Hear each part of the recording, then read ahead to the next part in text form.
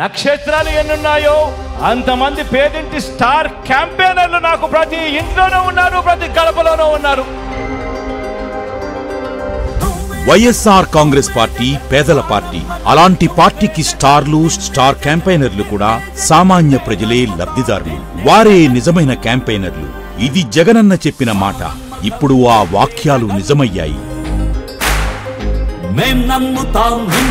అనకాపల్లికి చెందిన కటారి జగదీష్, మోపిదేవికి చెందిన పండలనేని శివప్రసాద్, కొండపల్లికి చెందిన ఈశ్వరి, నెల్లూరు జిల్లాకు చెందిన అన్వర్, రాజమండ్రి సిటీకి చెందిన ఏ అనంతలక్ష్మి, వీళ్లంతా ఎవరు అనుకుంటున్నారా? వైఎస్ఆర్సీపీ స్టార్ క్యాంపెయినర్లు. గత ప్రభుత్వంలో లేని ఆనందాన్ని నేను నా కళ్ళతో ఈ ప్రభుత్వంలో జగనన్న పెన్షన్ మా ద్వారా ఇచ్చినందుకు మాకు చాలా సంతోషంగా ఉంది. నా పిల్లలకి అభివృద్ధి కావాలి, జగనన్న ఉంటేనే అది సాధ్యమవుతుంది. గవర్నమెంట్ సంక్షేమ పథకాలు పేదలైన వారికి అందించాలన్న సదుద్దేశంతో, నిరుపేదలైన వారికి అందాలన్న ఉద్దేశంతోనే జగనన్న వాలంటరీ వ్యవస్థను అన్నది పెట్టారు. చరిత్రలో ఏ పార్టీ చేయని విధంగా, దేశ చరిత్రలోనే ఏ పార్టీ కనీస ఆలోచన చేయలేని సాహసోపేత నిర్ణయం తీసుకున్నారు మన జగనన్న.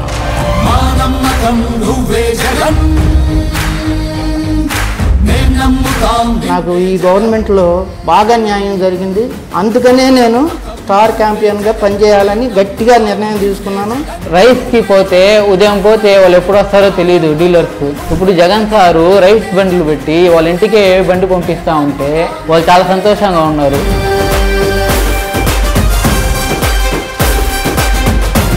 ఎన్నికల్లో స్టార్ క్యాంపెయినర్లంటే రాజకీయాలు అవపోసన పట్టిన నేతలు, రాజకీయ ఉద్దండులు, పెద్ద పెద్ద క్యాన్వాయిల్లో వచ్చి ప్రసంగాలతో ఊదరకొట్టే నేతలు. ఈ తరహా ఎన్నికల హంగామాకు జగనన్న చెక్ చెప్పారు.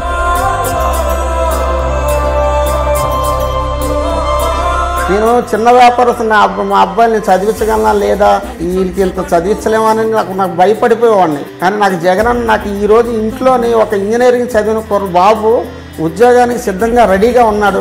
అతను చక్కగా చదివిస్తున్నాడు. నాకు నిజంగా అతను ఒక భరోసా అన్నమాట. మొదటి జాబితాలో 12 మంది సామాన్యులను స్టార్ క్యాంపెయినర్లుగా ప్రకటించారు. కులం చూడం, మతం చూడం, పార్టీలు చూడం అంటూ అర్హతే ప్రామాణికంగా అర్హులైన ప్రతి ఒక్కరికి ప్రభుత్వ పథకాలు అందిస్తున్న జగనన్నకు తోడుగా ఎన్నికల ప్రచారంలో ప్రచారం చేస్తారు ఈ స్టార్ క్యాంపెయినర్లు.